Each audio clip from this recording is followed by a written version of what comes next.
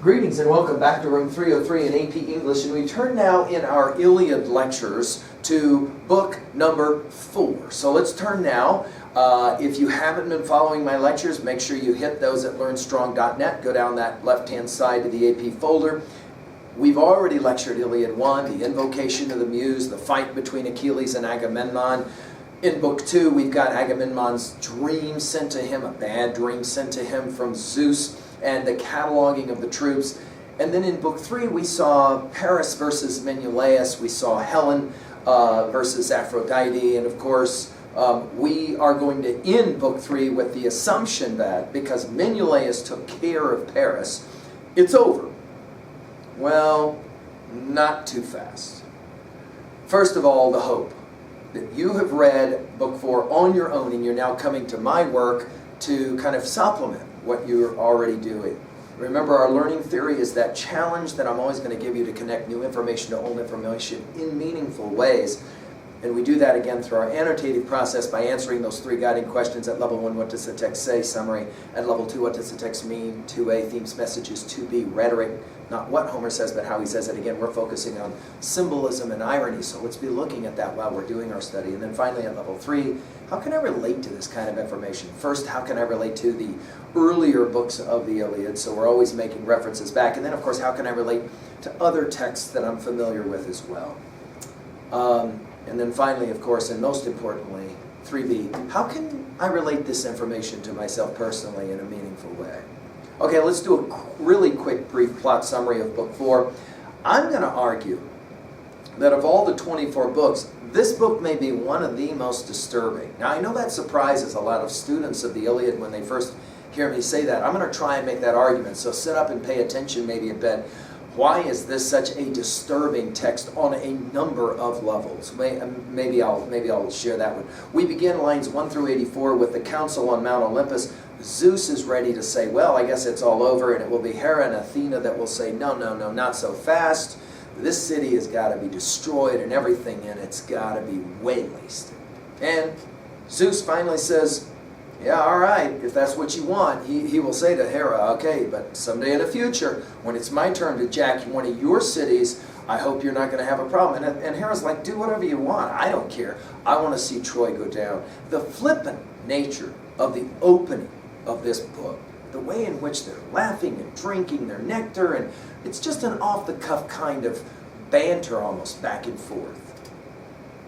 The second scene, major scene, will be lines 85 through 257. Here we've got Athena. She goes down. The fool Pandarus, the great archer, is going to be convinced to shoot an arrow at Menelaus. Menelaus doesn't see it coming.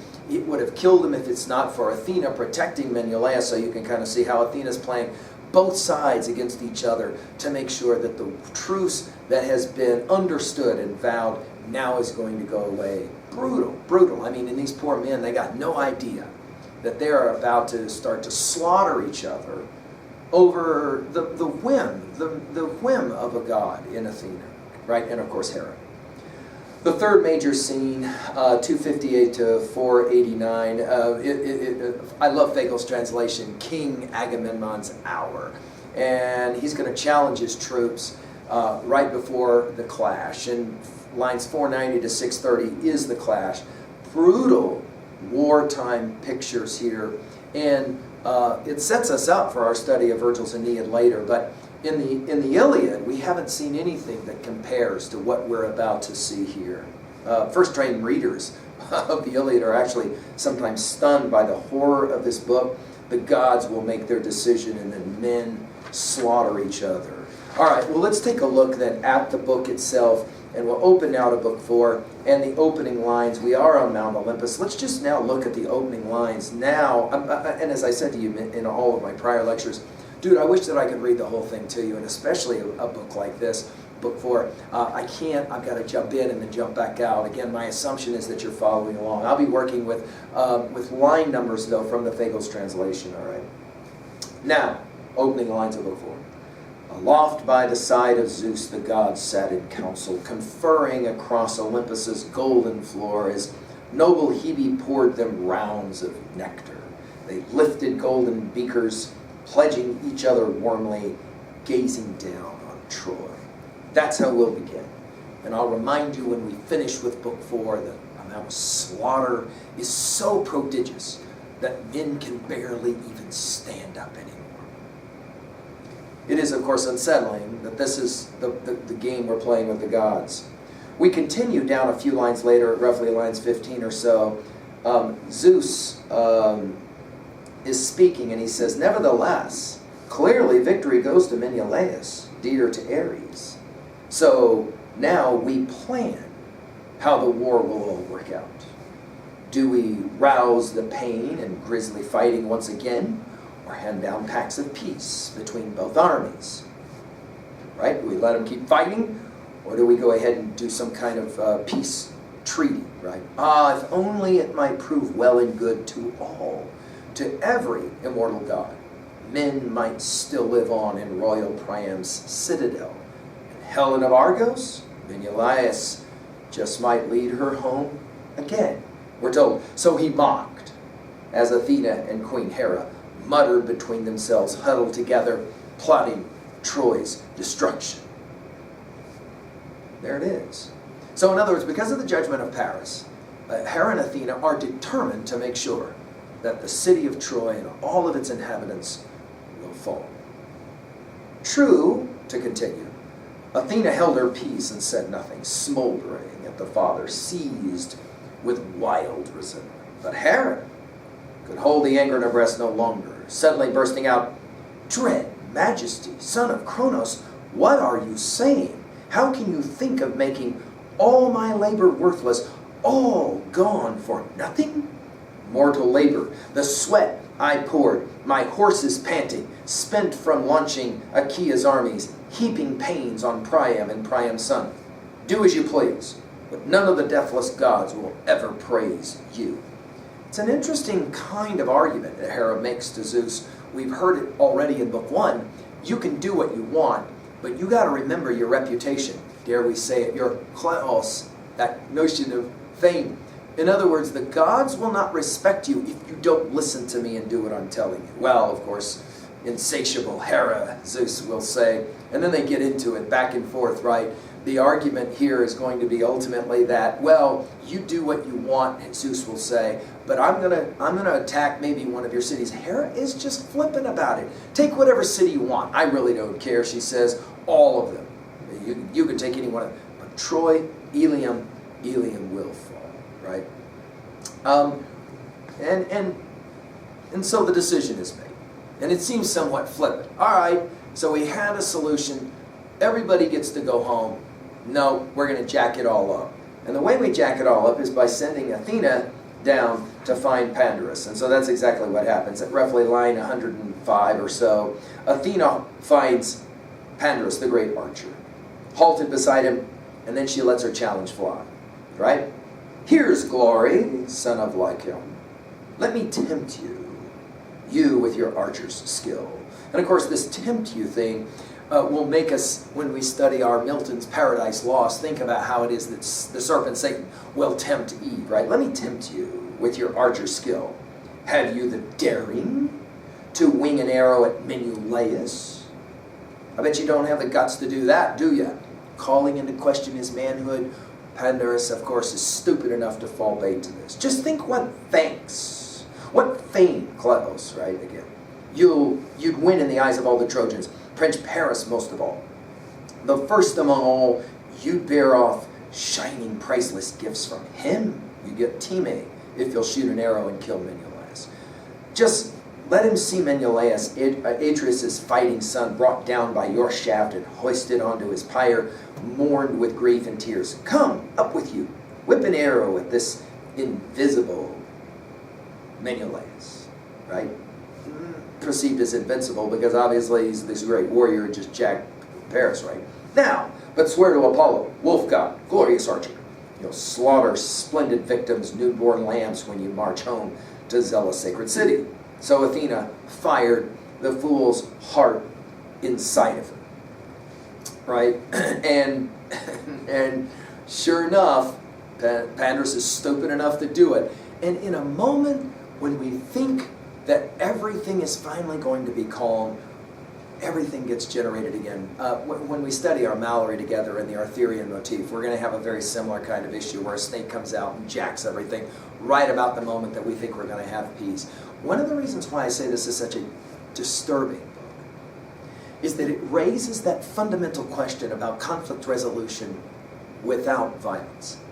And the question always is, can humans find ways to cohabitate in peaceful ways without somebody screwing it up, right? Some fool screwing it up. Well, this text seems to suggest no, especially when the gods get involved. Now, when Menelaus is ready to get jacked, I'm with you now at line 145 or so. I want to point out something very subtle that's happening in the narrative, and that is that, and we're going to see this later as well. We're going to see this in regards to Paris. We're going to see this in regards to a few of the others as well. That all of a sudden the pronoun usage changes. Notice, but you, Menelaus, the blessed, deathless gods did not forget you. Zeus's daughter, the queen of fighters, first of all. She reared before you. Notice how the poet is speaking directly to Menelaus. Skewed the tearing shaft, flicking it off your skin as quick as a mother flicks a fly from her baby, sleeping softly. Athena's own hand deflected it down the belt where the gold buckles clasp and breastplates overlap. In other words, you, Menelaus, were saved by Helen. You then have this at line 160, this really famous word picture about the blood that's running out of the wound in Menelaus's leg. Picture a woman dyeing ivory blood red. In other words, the idea is the picture is a white statue and then ivory white statue, and then you have the red dye running down to give you a sense of how Menelaus has been wounded. Well, Agamemnon thinks it's over because his brother has been now shot, and he will even say it, and he knows now it's over. At line 185 or so. Never, even if Zeus's wrath does not strike home at once, he'll strike in his own good time with greater fury. Transgressors will pay the price, a tremendous price, talking about Troy, right? With their own heads, their wives, and all their children. We think, of course, about Hector's son, Astyanax, that will be slaughtered. All of the wives, all of the women and the children. So notice, there's no attempt to try to save the women and the children in the fall of Troy. Agamemnon says, it's all going down. Yes, for in my heart and soul I know this well. The day will come when sacred Troy must die. Priam must die and all his people with him. Priam, who hurls the strong ash spear. The son of Cronos, Zeus, throned aloft in the heavens where he lives. Zeus himself will brandish over their heads his black storm shield, enraged at their deceit. The irony, of course, is that Agamemnon's saying, Zeus is going to be really upset that these Trojans broke our truce, our pact. When, of course, Zeus, ironically, is the one that let it happen because he sent Athena down, right? Nothing can stop it now. This is, of course, the poet as well, letting us know that in the end, Troy must fall. All this will come to pass. But I will suffer terrible grief for you, Menelaus, if you die now, if you fill out your destiny now, and I go back to parching Argos in disgrace. He will go back to parching Argos, where Clytemnestra will be waiting for him, but that's another story. And of course, we've talked about that when we studied those great plays, right? Of Orpheus of the son of Agamemnon, ready to take care of his, of the killer, Clytemnestra's, the killer of his father, right, and all of that, for Orestes. Menelaus will say, and for those of you Monty Python fans, you'll now know where it comes from. He'll say, it's just a flesh wound. I'm not quite dead, and all of that from Monty Python, right? And Agamemnon then will call Nausicaa, the great healer, call him and get him here so that he can help save us. We're then told at line 253, 254, 255, and all the while they worked over Menelaus, whose cry could marshal armies on the Trojans came. Columns armed for assault. And again, the Argives donned their gear and roused their lust for war. And then the next line, King Agamemnon's hour. You would not find him asleep, nor cringing a moment, hanging back from the struggle. He pressed for battle now, where men win glory. In other words, it's time for the battle. It's time for the fight. And this in many ways is why I think scholars have probably referred to the Iliad as the Song of Death, because now we're going to get serious, tragic, brutal, war is hell kind of poetry. Before we get there, though, we got to have a little bit of a speech.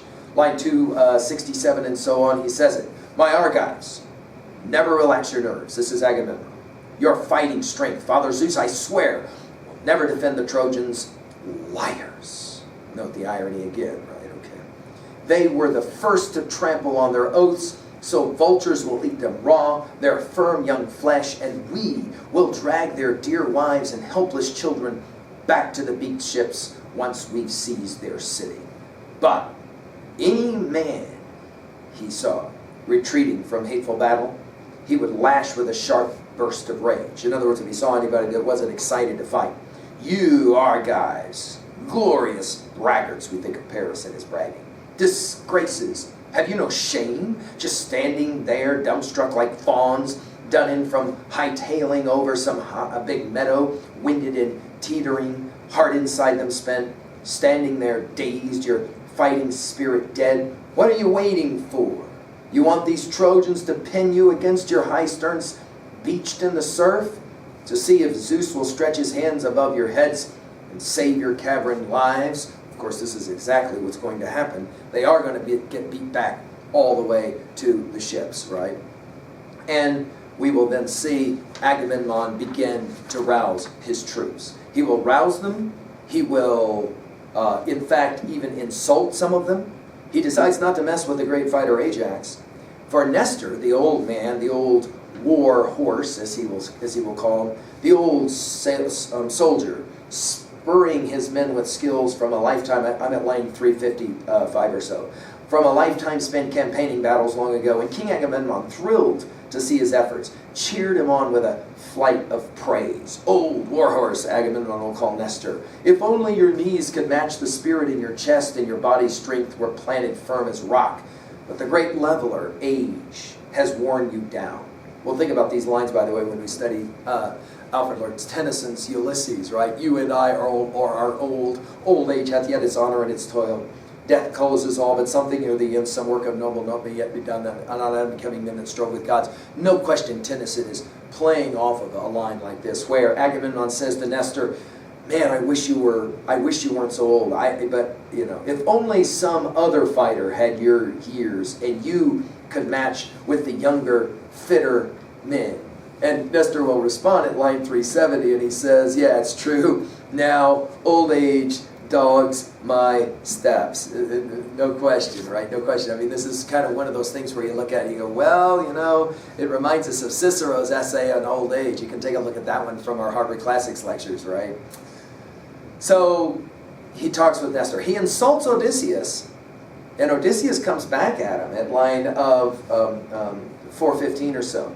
Seeing, Odysseus comes back to Agamemnon, and Agamemnon realizes, oh, I messed up. Seeing Odysseus' anger flare, Field Marshal Agamemnon smiled broadly, took back his taunts at once, and he says, royal son of Laertes, Odysseus, great tactician, I must not bait you so beyond the limit. In other words, I can't upset you too much, but must not give you orders. I know for a fact the spirit in your heart is well disposed to me in all my efforts. We see eye to eye. Come, we'll set these things to rights later if any offense has passed between us now. May the gods make all our bluster come to nothing. It's almost as if Agamemnon has learned a little bit from his exchange with Achilles, and he is not ready to upset Odysseus, and then Odysseus is no longer also fighting.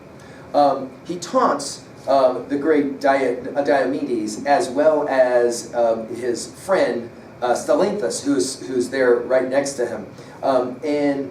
It's interesting because Stalynthus will in fact not take his taunting. I'm at line 465 or so. Taunting so, and steadfast Diomedes offers no reply, overawed by the king's majestic scorn.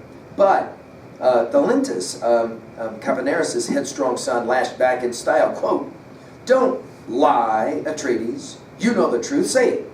We claim we are far, far greater than our fathers. We are the ones who stormed the seven gates of Thebes, heading a weaker force and facing stronger walls, but obeying the god's signs and backed by Zeus. Our fathers?